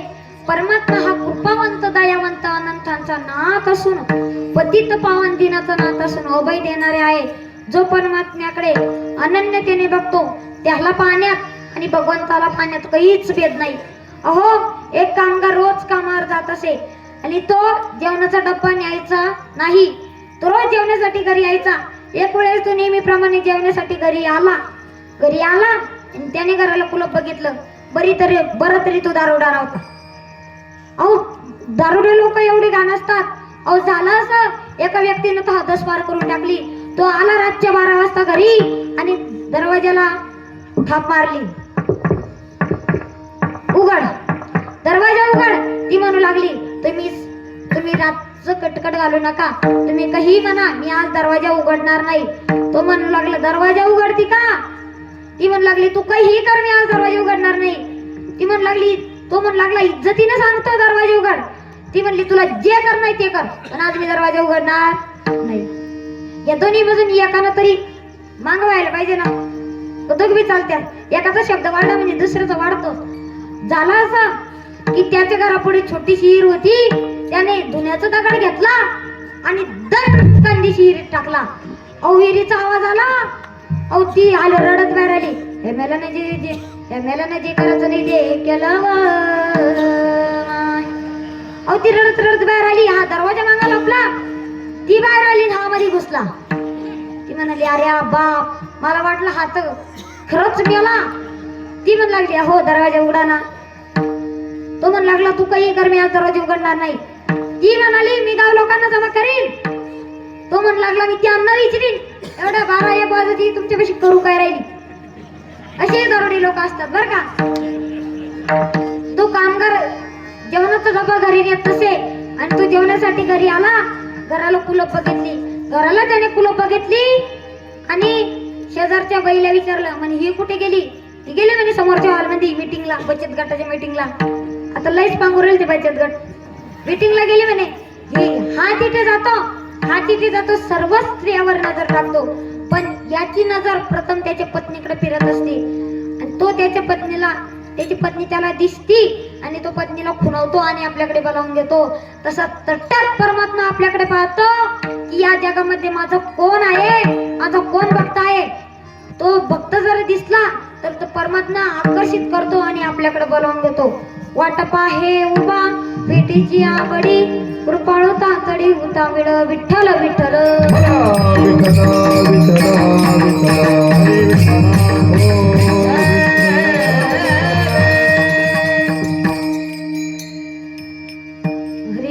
महाराज म्हणतात, भगवंताचं नामस्मरण आपण करायला पाहिजे, कारण परमात्मा तट्टत देव पाहतो आणि आपल्या भक्तांना आकर्षित करून घेतो.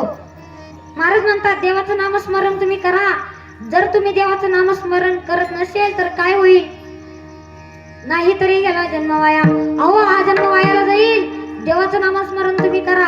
अहो, नाथ महाराज भागवतात सांगतात, उपमन्यूने केवळ दूध मागितलं होतं पण त्याला भगवंताने क्षीराब्दी दिला. अहो, झाला असं, उपमन्यूच्या घरी एवढी गरिबी होती उपमन्यूच्या घरी की सांगा काय एवढी गरिबी होती त्या उपमन्यूच्या घरी.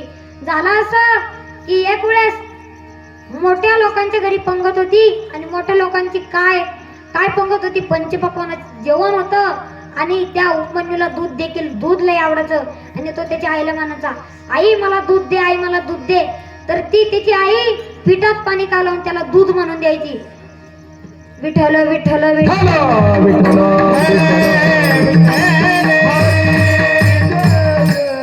पिठात पाणी कालवून त्याला दूध द्यायची आणि म्हणायची, बाळा हेच तू दूध पी. आणि त्यालाही देखील आमंत्रण आलं की म्हणे, उपमन्यू तूही आमच्या घरी जेवायला यायचं. आणि जेवायला गेले, उपमन्यू जेवायला गेला आणि झालं असं की ते पंचपक्वान्नाचं जेवण होतं आणि पंचपक्वान्नाच्या जेवणामध्ये दुधाचे 1-1 ग्लास देखील होते. त्याने दुधाचा ग्लास पिला आणि घरी आला आणि म्हणू लागला, आई तुम्हाला खोटं दूध देती, मला खरे दूध पाहिजे. आई मला तू खरे दूध दे. त्याच्या आईने सांगितलं, जा भगवंताची भक्ती कर, देवाला सांग मला खरे दूध पाहिजे. अहो, भगवंताची भक्ती केली, देव प्रगट झाले आणि उपमन्यूने केवळ दूध मागितलं तर भगवंताने क्षीराब्दी दिला. अहो, काय भक्ती आहे त्या उपमन्यूची. महाराज म्हणतात, हा माझ्या जीवनामध्ये पहिला योग घडला आहे. हा माझ्या जीवनामध्ये पहिला योग घडला आहे. अभंगाचे शेवटचे चरण. तुका म्हणे योग घडला बरवा, तुका म्हणे योग घडला बरवा, बरवा तुका म्हणे योग घडला बरवा, तुका म्हणे योग घडला बरवा. आता कास देवान सोडी मी, आता माझी खंडी देह देहांतरी, आता माझे खंडी देह देहांतरी. आता कास देवान सोडी मी, आता कास देवान सोडी, आता माझे खंडी देह देहांतरी, आता माझे खंडी देह देहांतरी. अभय देवनिया देवनिया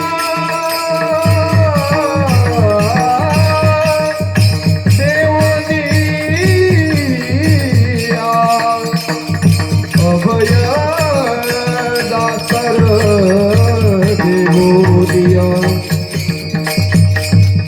अभय दातार देवनिया